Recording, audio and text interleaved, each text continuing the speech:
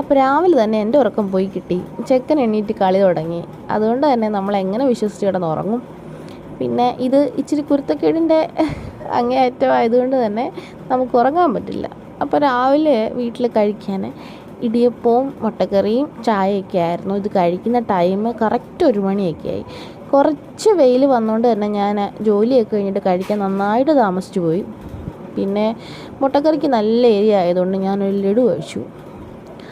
അത് കഴിഞ്ഞപ്പോൾ തന്നെ ചേട്ടൻ 4 മണിയായപ്പം പപ്സും കട്ട്ലേറ്റൊക്കെ ആയിട്ട് കൊണ്ടുവന്ന് കഴിക്കുക. കുഞ്ഞിനെ കാണാൻ വന്നു. അടിപൊളി കട്ട്ലേറ്റ് ആയിരുന്നു, ചിക്കൻ കട്ട്ലേറ്റ്. അതിൻ്റെ കൂടെ തന്നെ അടിപൊളി ചിക്കൻ പപ്സും ഉണ്ടായിരുന്നു. പിന്നെ തേയിലവെള്ളമൊക്കെ കുടിച്ചു. കുഞ്ഞിൻ്റെ കൂടെ കുറേ നേരം അവൻ്റെ കളിയൊക്കെ കണ്ടിരുന്നു. അതുകൊണ്ട് തന്നെ ഞാൻ രാത്രിയിൽ വിശപ്പൊട്ടുമില്ലായിരുന്നു. ഒരു ഇലയിടയിൽ അങ്ങ് നിർത്തി. അപ്പോൾ അത്രയേ ഉള്ളൂ.